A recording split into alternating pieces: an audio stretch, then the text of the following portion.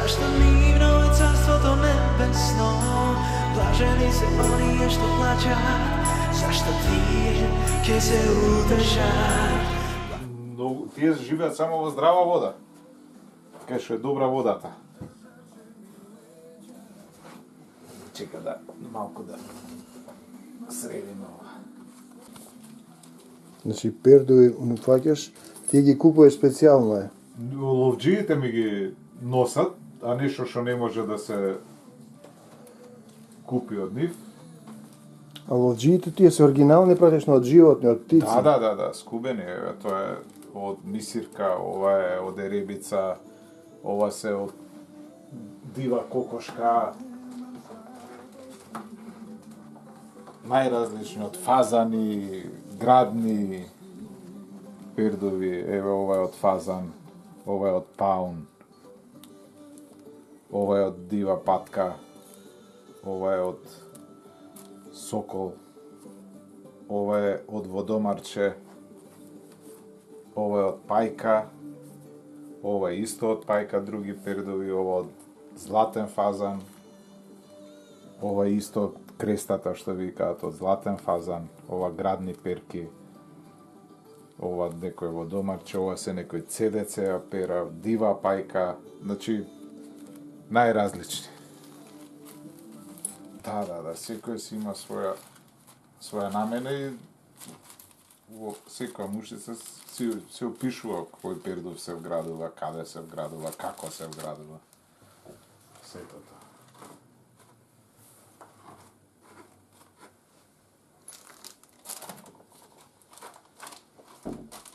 Тука петли има, најразлични глави. Од петли. Ова се скалпови. Гризли, сив, разни неанси на кафе, црвенкасти, кафејави. Еве потемни, нескафе, најразлични. Еве овој наски ни треба, затоа што мислиме да го направиме.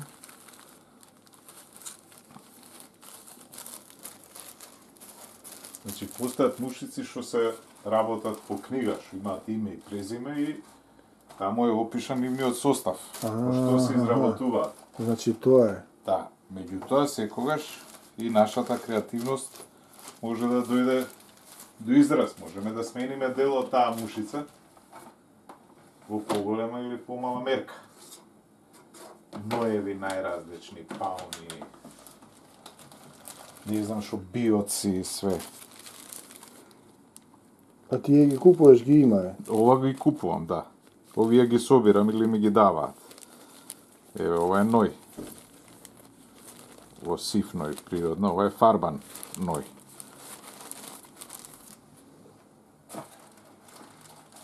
Биоци, не знам. Фолии најразлични. Ова се тие биоци. Што се користат за изработка на нимфи, како нозе. Најразлични бои. Значи, има многу. Изборот е сега на материјали како никогаш. Најразлични видови монистри. Отежнати.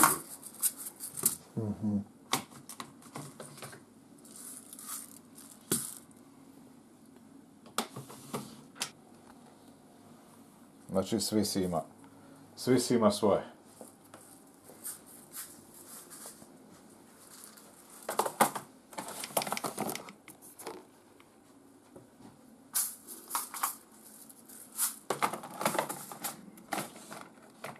Потоа, не знам, фолии. Шинили најразлични за изработка на тело.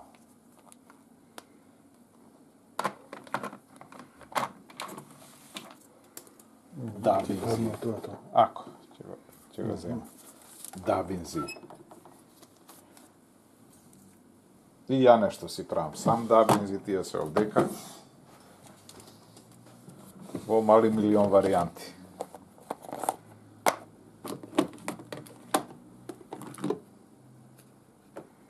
Преку 200 и нешто, сигурно, Бои и квалитет.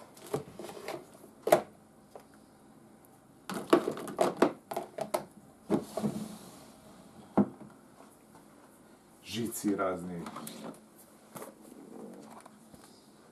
Ова се све бакарни жици во разни бои.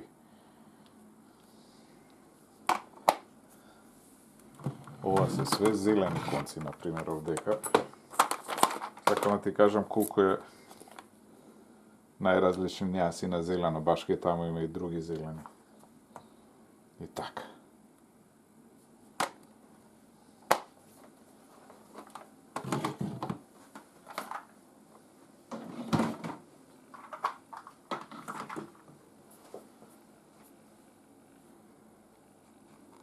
Од све помалку.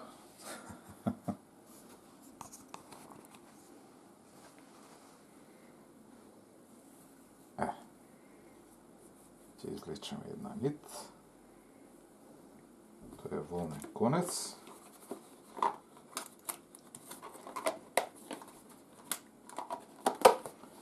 И ова е таа боја на восок од глава на пета.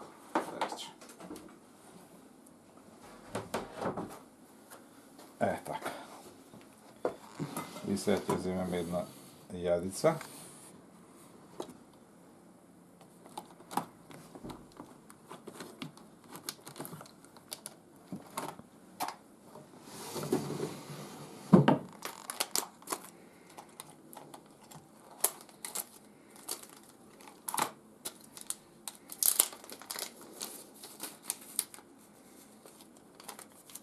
Ето така.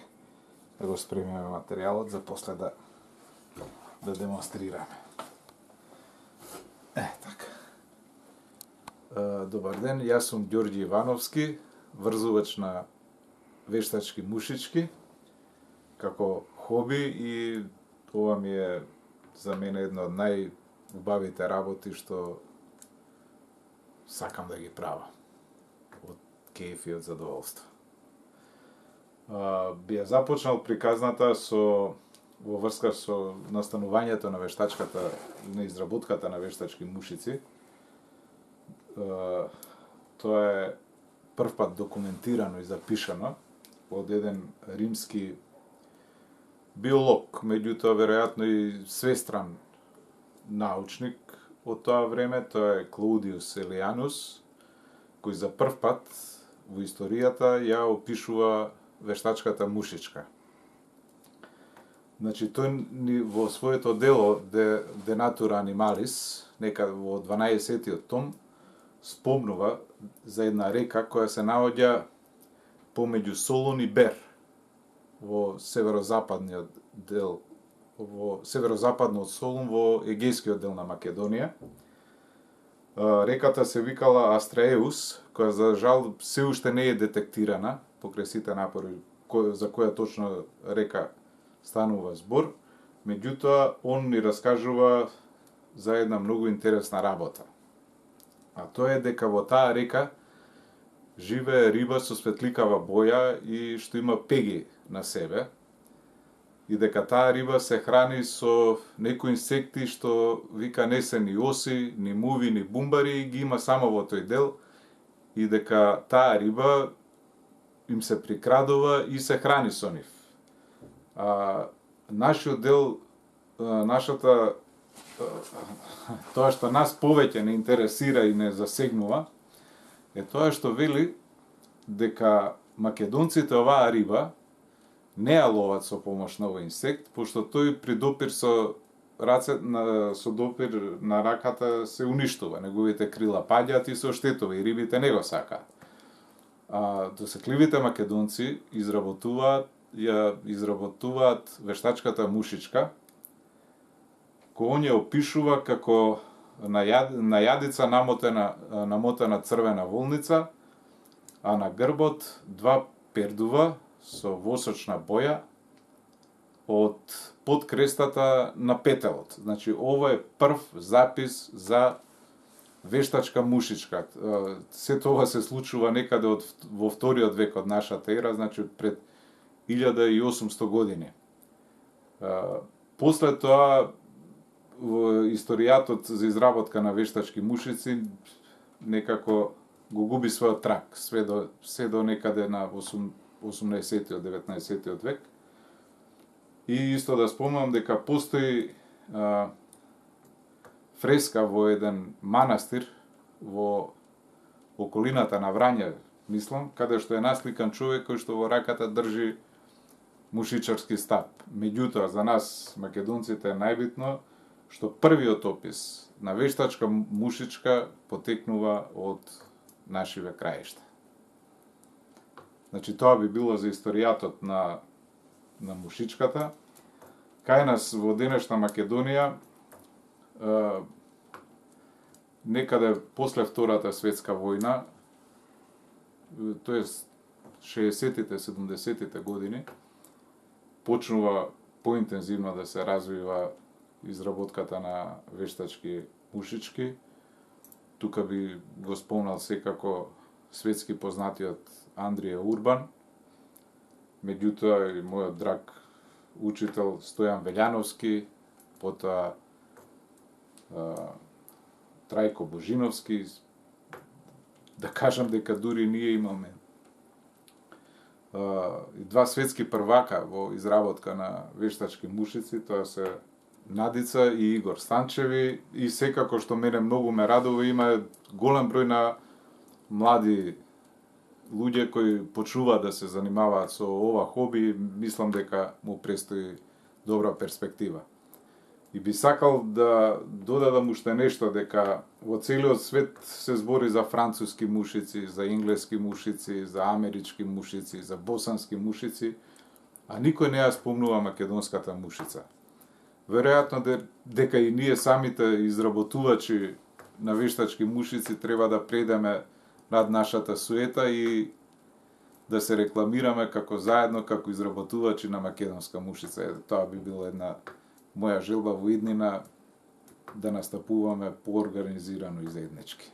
Риболовам со вештачка мушица 30 на години и претходно ги купував вештачките мушици, се наоѓа по продавници и се снаоѓавме на други начини. Меѓутоа, цело време ми фалеше еден дел од целата оваа приказна да се заокружи. Тоа би значило сам да изработам мушичка, сам со неа да риболовам и нормално да постигнам успех. И сосема случајно на нашиот пазар се запознав со мојот мајстор Стојан Велјановски. Ви изразив желба сам да изработувам мушици, а он се понуди. Во прво време не ми се веруваше дека сето тоа ќе продолжи, мислев дека е само така на збор. И он ми даде период од 2 месеца за да му се јавам. Ја подоцна сватив дека тие 2 месеца уствари беа 2 месеца за самиот себе да се прииспитам дали сум спремен на еден ваков чекор, и од таа причина. И меѓутоа му се јавив после 2 месеци, како што ветив, дори него не му се веруваше. И така продолжи нашата дружба интензивно првите неколку месеци во обука на тоа како се изработуваат мушици. Некој ќе рече, па постои интернет, постојат и други средства за комуникација, нели, од кај што може да се види. Меѓутоа, јас сепак останувам на мислење дека тоа треба да ти го покаже некој искусен мајстор, заради тоа што не секогаш на интернет може да се видат важните моменти, тоест тајните на изработувачите на мушиците. Тие секогаш или се убрзува сликата, или се прескокнува кадар, а тоа може само да го пренесе мајстор, а после тоа некои моменти и самиот изработуваш ги осознава како полесно да дојде до определена форма, или како да биде таа мушица покомпактна, поиздржлива, така да сето тоа, првите чекори може да се видат на интернет, али јас секогаш препорачувам да има некој искусен и негова волја секако за да ви го пренесе знаењето. Така да почнав да изработувам мушици се снабдев и со литература и пронаѓањето на материјали е секогаш и предизвик за да се дојде до нешто интересно што може да се вгради во мушицата и така еве веќе повеќе години ова хоби интензивно го практикувам. На почетокот правев мушици кои што ги среќававме во литературата, по тие теркови. Меѓутоа, секогаш предизвикот е да се направи своја мушица по свој дизајн, да речам, свој колоритет и таа мушица нормално да биде успешна на нашиве води. Јас имам десетина такви мушици изработено и денеска ги изработувам и од колегите што го практикуваат овој вид на спорт, слушам дека се задоволни од тие мушици. Покрај тоа што еве мене лично задоволство ми представува изработката на вештачки мушици, јас сум и се занимавам и со риболов на вештачка мушица и што мислам дека е едно од најубавите хобија, а воедно и спорт. Тој начин на риболов. Овој начин на риболов е активен начин на риболов. Значи, ние не седнуваме на едно место и чекаме да дојде рибата до нас, него ние сме постојано во потрага по неа. И затоа ова е стварно во правиот смисол на збор риболов. Кај нас воглавном со вештачка мушица се лови пастрнката, кленот, помалку мрената и бојникот, меѓутоа основна цел ни е секако пастрнката како најатрактивна риба салмонидна за лов. Би кажал дека покрај тоа што ова е активен спорт, значи движење во природа и така натаму, пастрнката знаеме дека се живее во чисти води и во здрави води. Движењето во таква средина допринесува во многу на нашето здравје, на нашето расположение. Не е напорен спорт, значи е многу релаксирачки спорт, значи никогаш дома кога ќе се вратам од риба, никогаш не сум заморен, него имам посебно утре дента осеќам голем наплив на енергија од чистиот воздух. Самиот приод на реката на мушичарот треба да биде многу внимателен. Значи никогаш да не се брзаме да фрлиме мушица, да пласираме, се додека не ја разгледаме околината. Тоа значи да видиме бојата на реката, дали на самата река има некои знаци каде се појавува риба, температурата, значи да оставиме едно 10-15 минути и за тоа време сигурно ќе ги видиме првите знаци и ќе знаеме која мушица да ја потребиме за риболов на пастрнка.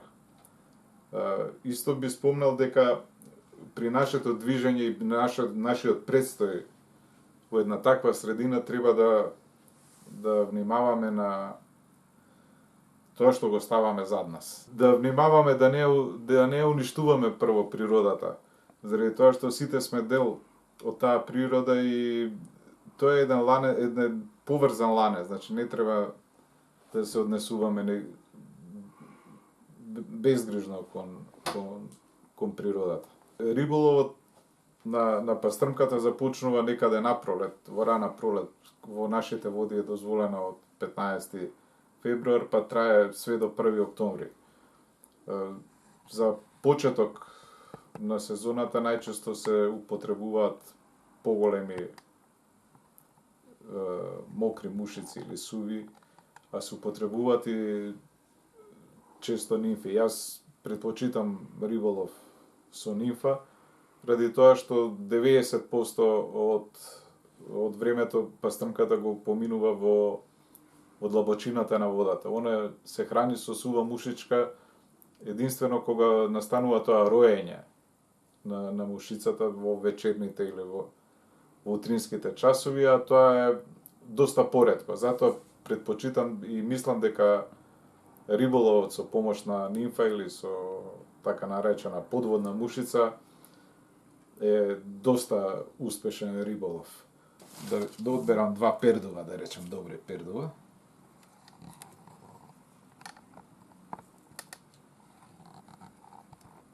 Еве, еден.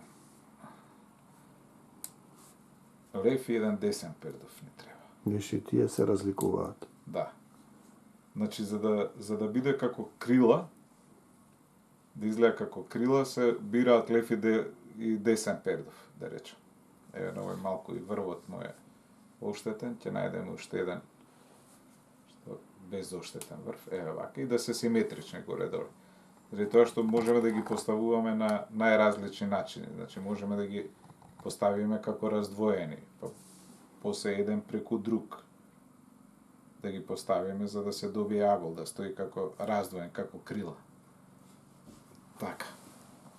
Значи, ова е тој скалп што го опишал Елијан, дека е бил со боја на восок.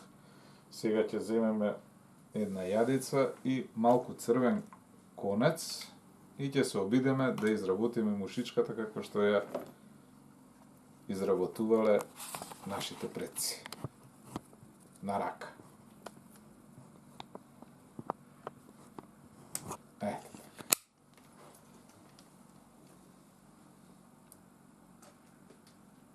Значи ќе вржеме малку од црвениот конец,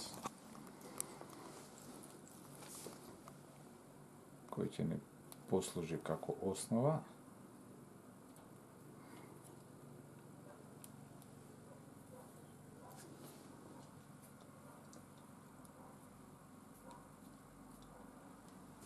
За да добие самата мушичка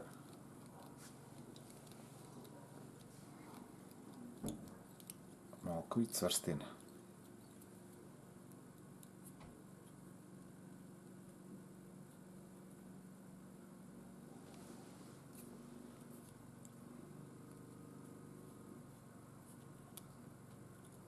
Ето така, сега ќе земеме од црвената волница.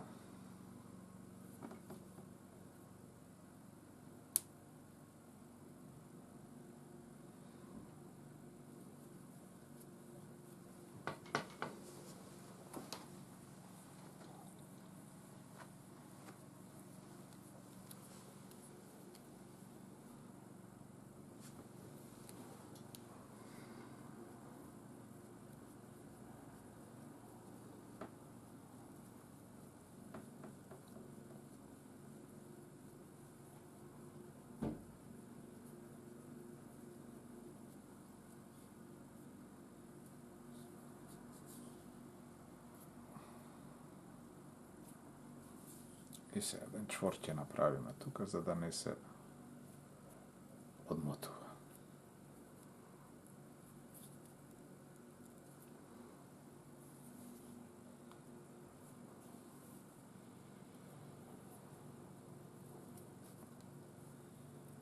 Ето така.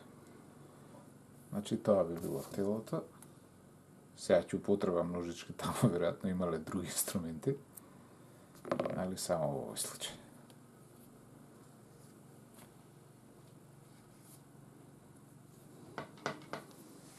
И сега со црвенев конец ќе пројдеме преку телото за додатно да го зацврстиме. Значи тоа се околу јадицата практично се. Да. Да. Сега ќе ги земеме овие 2 пердува со боја на восок.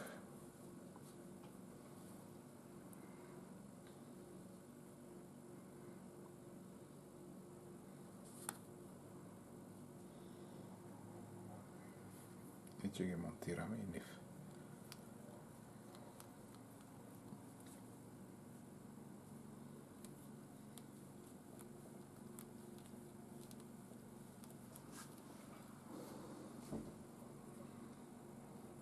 Тоа е конец практично, Да.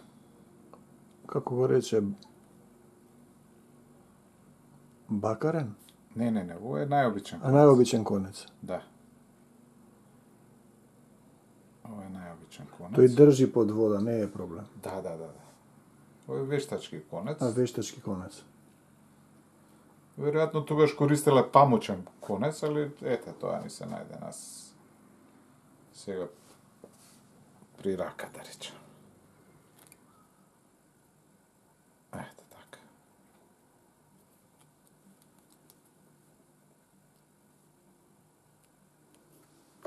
Сега можеме само вишоков да го отсечеме и да направиме уште неколку чворови за да стегнеме мушичката.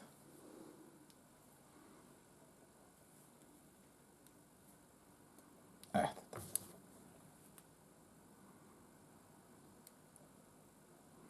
Колку, например, издржува таа колкав период, како би се рекло тоа на во вода? Значи тоа би било таа мушичка изработена од нашите предци македонци. Значи според описот на Елијан Со црвена тело? така изгледало. Значи црвен тело со црвена волница и два восочни пердови од петел на врвот на мушичката. Значи тоа е таа мушичка. А верувам дека и оваа мушичка и денеска би била успешна. Не гледам причина зашто да не, пошто ги има сите елементи. Значи за пастрмка практично. Да, они веројатно ловеле пастрамка. Значи, за жал и рибата не е точно утврдена за кој вид станува риба. Меѓутоа, јас предпоставувам дека е пастрамка, дека риболовеле пастрамка и дека и оваа дури и оваа величина била јадицата, пошто не верувам дека тогаш рибата била многу пребирлива. Сега се прават на многу поситни јадици. Па и да, во музеот археолошки се гледа дека има јадици за риби практично. Па да, тоа било железно време, така да сигурно они практикувале, пошто го познавале копјето, може да се појде да видиш. Јас мислам дека видов јадици има за риби, да. Значи, опишан е дури мушичарскиот стап. Тој бил во должина некаде околу 6 стопи, тоест 2 метра, да, со иста должина и на конецот, на нитот, да речам. Предпоставката е дека конецот бил изработен од опаш од конј. Било упредени конски влакна.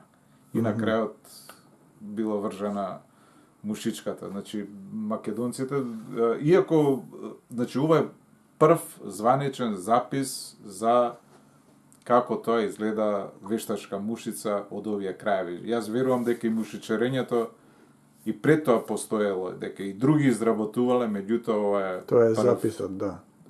И му благодарам на Илијан што не спомнал.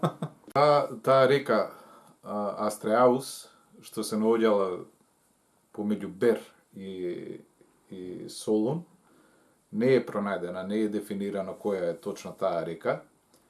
Меѓутоа, интересно е што Елијан децидно наведува дека се работи за тоа дека македонците треба да ги прашаме како се вика оваа риба. Сега ние предпоставуваме дека се работи за пастрамка, меѓутоа он не бил сигурен во тоа и наведува дека таа мушичка што летала покрај реката, македонците ја викале Хипоурус.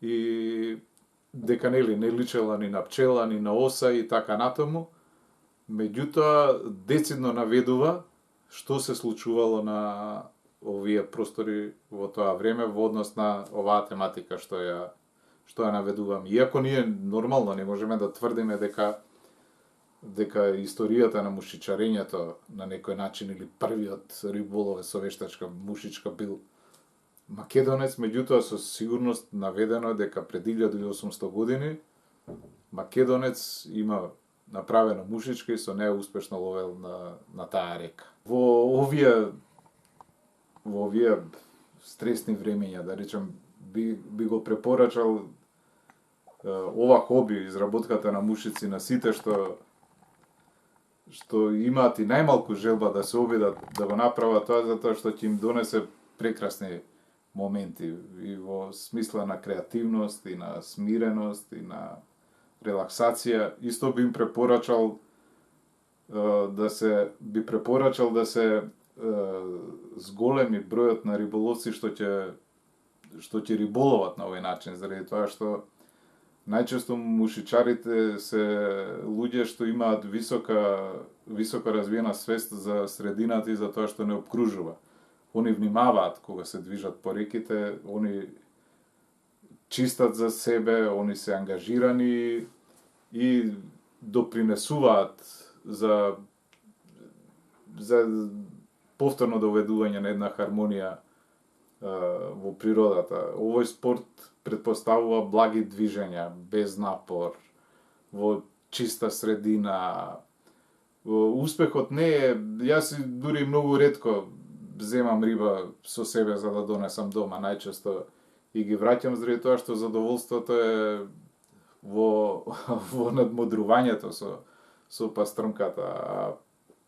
Таа така пожелба некогаш земам риба и дури во Европа и во светот постојат fly fishing ревири каде што е и забрането да се зима рибата со себе, се лови со јадици што немаат контра кука, све во смисол за да не се оштети рибата и за да оставиме нешто и за нашите поколенија.